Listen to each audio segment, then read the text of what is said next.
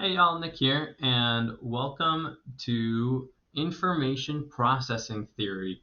As you may have remembered from the previous information that I wrote and the previous article that I wrote, there's two really big questions that every single school needs to ask themselves and answer.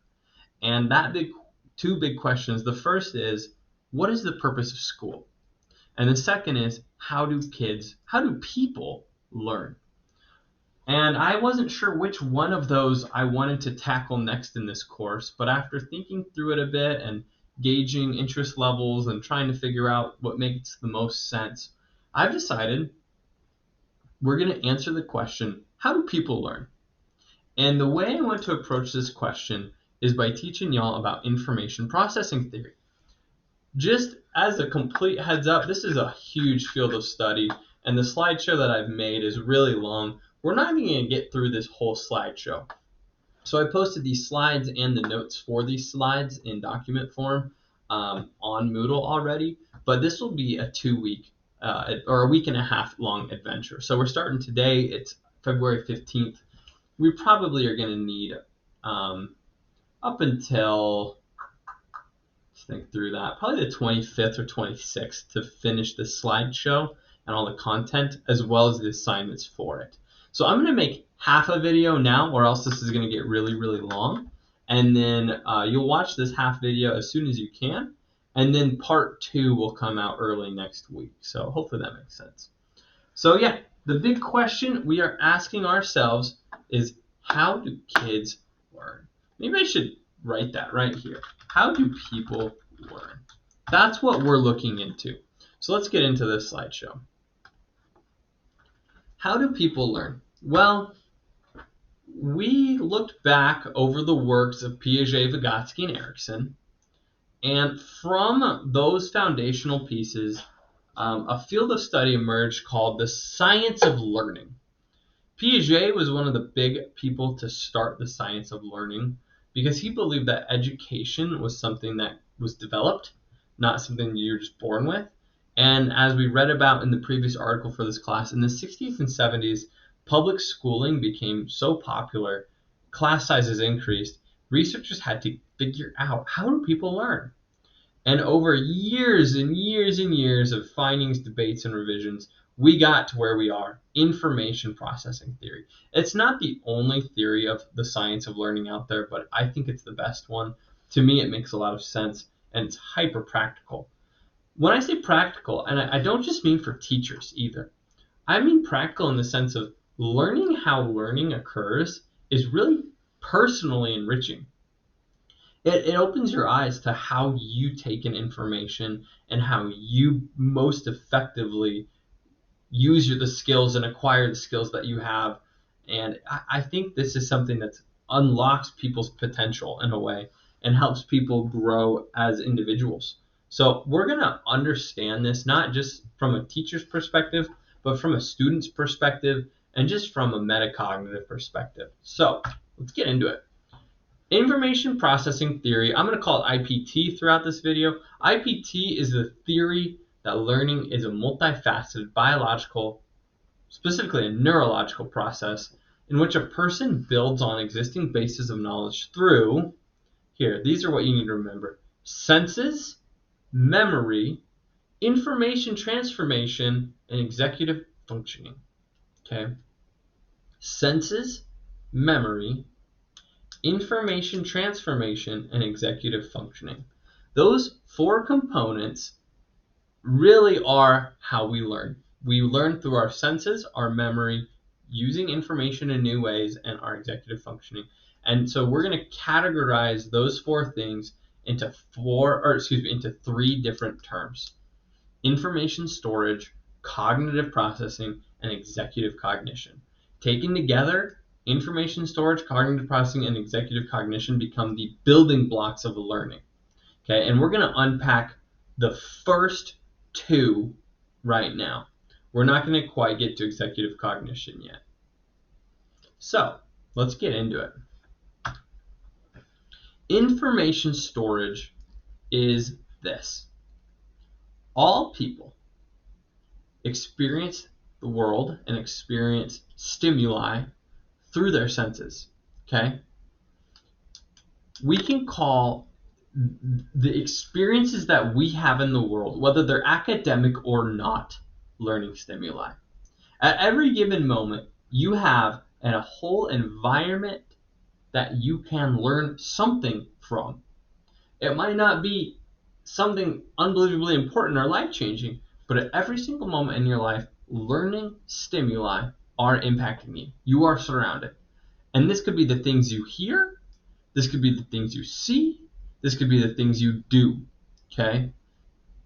Some people have developed what's called the VARK, V-A-R-K, which is people are visual, auditory, reading/writing, or kinesthetic learners. And they view that as like the whole theory of learning. That is not the whole theory of learning. That's step one of learning. The senses are step one, y'all. And our senses go through something called the sensory register. It's in our prefrontal cortex. And as we're experiencing the entire world, our prefrontal cortex is engaged in taking our sights and our sounds and our smells and the taste and the textures out there and converting it into existence and the world we see and the world we experience. That's called the sensory register. We are registering the world around us occurring. Okay?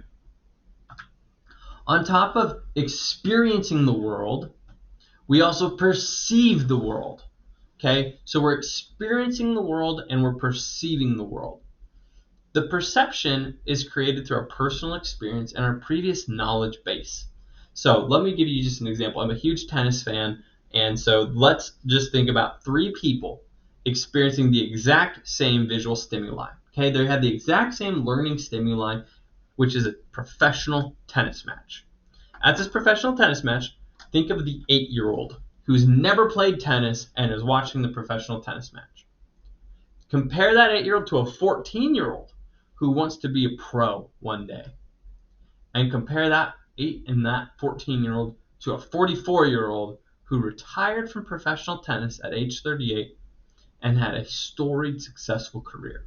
These three people are in the exact same crowd watching the exact same match. That 8-year-old, without any personal interest or previous experience with tennis, might be clamoring on to his or her mom, wanting to leave, wanting a snack, wondering why it's so hot out, why do we have to be here, wanting to go to the park. The 14-year-old is glued. The 14-year-old is watching the pros down below, watching their footwork, watching how they snap their wrists, watching every little detail so that he or she can figure out, how can I be just like them? And the 44-year-old is watching and reminiscing. 44-year-old sees the motions and remembers learning it themselves. He or she is watching this match with an air of, I've been there and I've done that. The exact same stimuli, 3 different experiences. That is called perception. So, any learning stimuli first goes through the senses, but then people apply their personal experience and knowledge to that stimulus. And that is the second stage, perception, I guess you could say. You can apply this to academic, social, emotional stimuli. You can apply it to anything. In all of these cases, we're getting information through our senses, and then we filter that information through a lens of experience and memory and association. Okay? Now, on top of sensory intake and perception, we also have one other component of information storage, and it's called attention. Think of it this way. You can hear something, you can see something, you can taste something, and unless you pay attention to it, it is in and out of your mind before you even register. Okay? I bet if you were to take a moment right now and just listen to the room you are in, you might hear something you didn't hear the rest of today. Look around the room. Maybe you see something you've never noticed before. Smell. Take a moment to take a deep smell and just give your attention to your sense of smell. Can you smell anything that you don't normally smell? When we give attention to our senses, we are concentrating on them. We are allowing our mind to rest on them, okay? And you notice things you don't otherwise notice.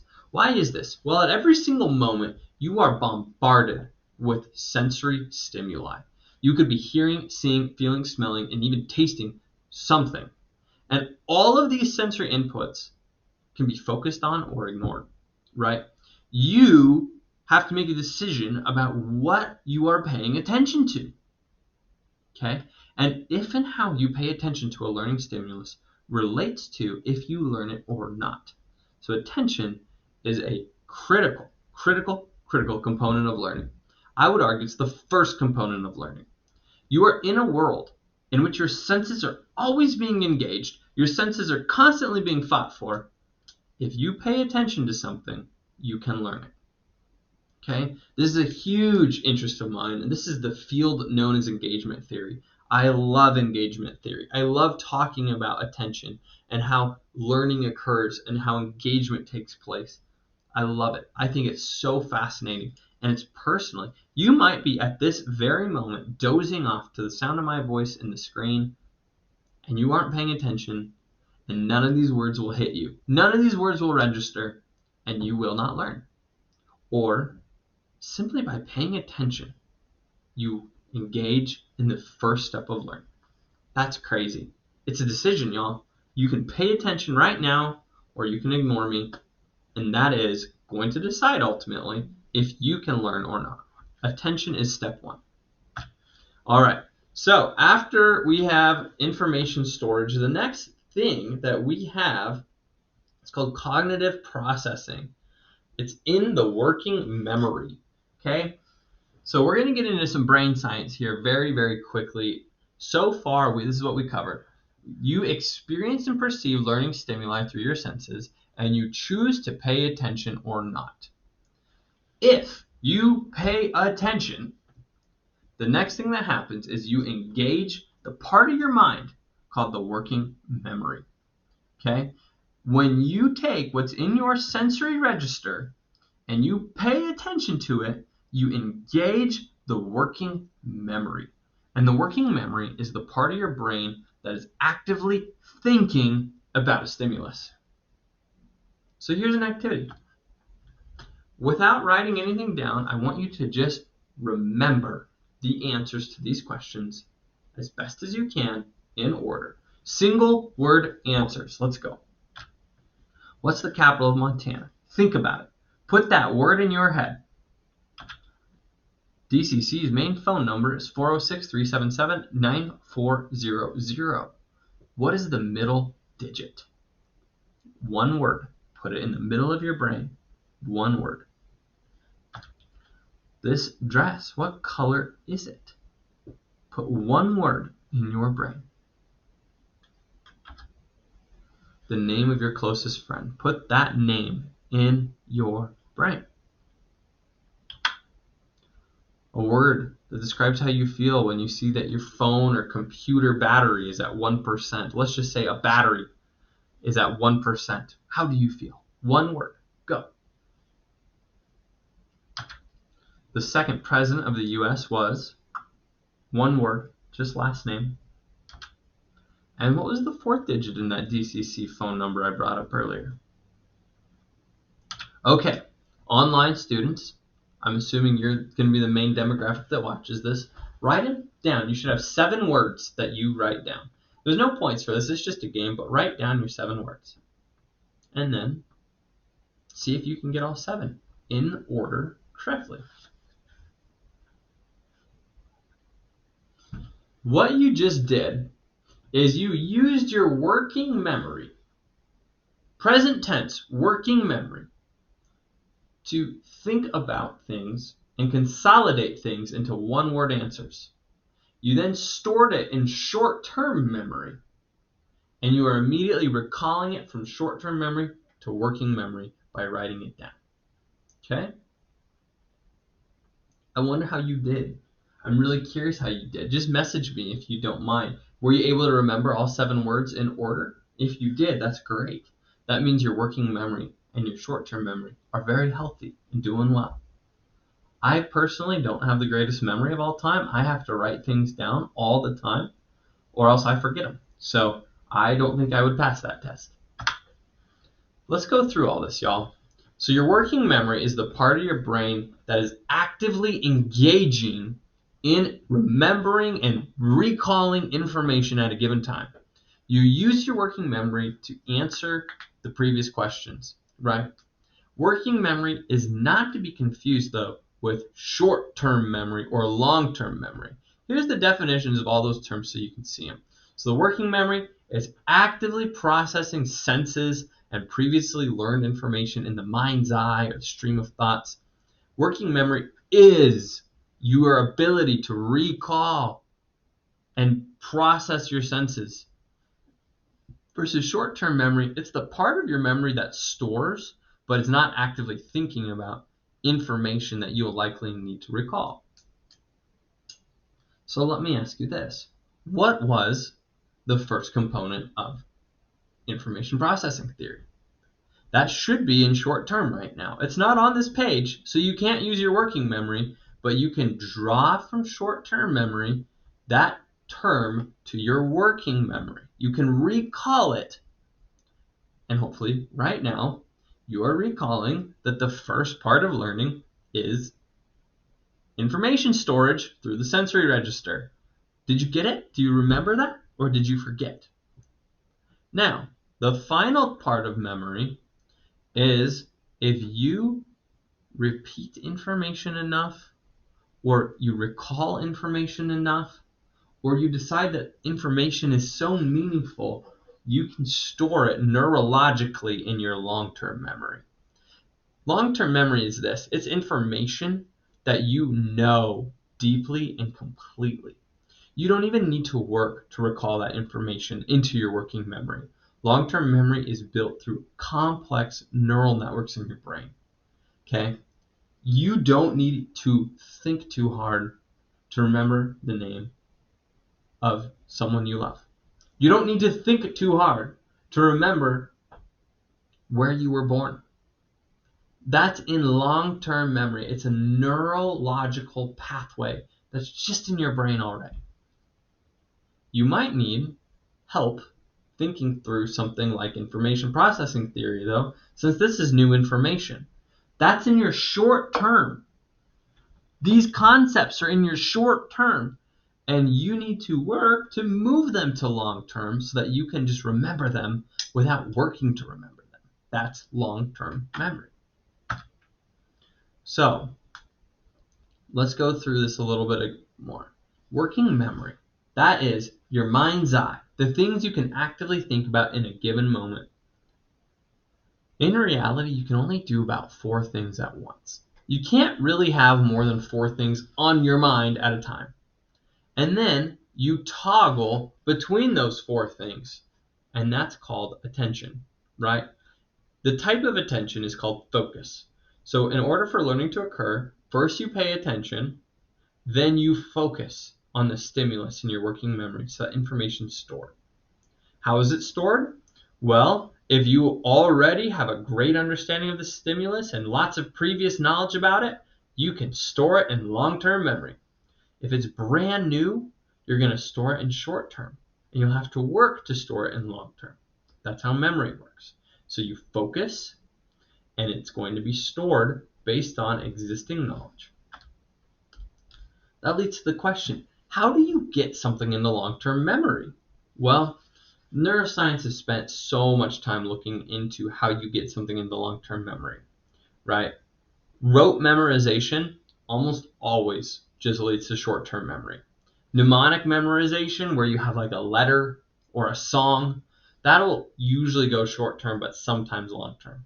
Synthesis, this is where you're comparing and contrasting information and linking it with previous information. It's about a 50% shot if it goes short-term or long-term. According to research, the number one thing that triggers your brain to store something in long-term memory is, take a guess. The answer is meaningfulness. When something means a lot to you, your brain will store it in long-term memory more readily. It's amazing. Meaningfulness is emotional. Meaningfulness is deeper than the brain, in my opinion. Meaningfulness is this idea that something matters to you. And when that thing matters to you, your brain has a physiological response in which it more actively lets you remember it. That's incredible. Your brain will link neurons simply because you care about something. Your brain will grow because you care. That's amazing, y'all. That's amazing. I think that's the last slide for working memory. I only have a few more slides. I think I am going to finish this video. So even though I said I wasn't, I am going to finish this video. So let's get to the final thing. Here's what we've covered. Learning occurs when someone experiences and perceives a stimulus through their senses. That's step one. Then you have to pay attention to it. Okay, so we are experiencing the world, we pay attention to something, then we focus in on that so that our working memory stores the stimulus either short-term or long-term. Finally, to learn something, you must be able to recall and reflect upon it. This is the ability to execute what is called executive cognition. Executive cognition, the ability to recall, reflect, use, refine, change, tweak, modify, and build upon existing information. So, I think about executive cognition this way, and I think this is helpful. You engage in executive cognition when you use something you learned in practice. You watched how to build a building, now you're building a building. You use executive cognition when you teach or explain something that you learned to others. You're repeating information, you're putting it in your own words, and you're trying to help another person understand it. That's executive cognition. Or lastly, you use your executive cognition when you're adding, refining, or even challenging something that you learned. You're taking in this information and you are building upon it, or you are tearing down and rebuilding, or you are tweaking or modifying. That's called critical thinking. The hallmark of executive cognition is critical thinking, y'all. In all of these cases, this information is recallable, meaning that it's in long-term memory, not short-term memory, because it can quickly be drawn to the working memory. That means it's transmittable, right? Information that you can just bring to your mind and use and teach and change is executive cognition from the long-term memory. Let's just put this in really simple terms. Everything I just talked about is called understanding, right? I don't care if you know something. I want you to understand it. The difference between executive cognition and just basic short-term memory is understanding rather than knowing. Executive cognition means you use it, you can teach it, you can change it, you understand it. You don't just know it and then forget it, like short-term memory. So, here is all this put together. Learning occurs when you experience and perceive something through your senses. Then you choose to pay attention to it. Then you focus on it so that you either store it in short-term or long-term memory. And then you understand and use that in a meaningful way. That is the recipe for learning. Learning equals experience that leads to attention, that leads to focus, that leads to understanding. All of this combined is called information processing. And I believe in it. I think it's a staple of learning. So, we're going to go through this much, much more thoroughly in the future weeks. I think this stuff's fascinating, and I hope that you're engaged and paying attention and focusing, so eventually you can understand what we're going to be going through. You're going to experience it, but it's your choice to pay attention and be focused. If you don't, you won't understand. Right? I am literally teaching this as you are doing it. That's the funny part. I am presenting the experience, you pay attention, and you focus, and that leads to understanding. If you don't get it right the first time, it's not a big deal. The hallmark of executive cognition is being able to change information or refine it to think critically. Okay? So that's what we're going to be talking about more and more. I find this stuff so interesting. I hope you do too. Let me know if you have any questions. See ya. Bye.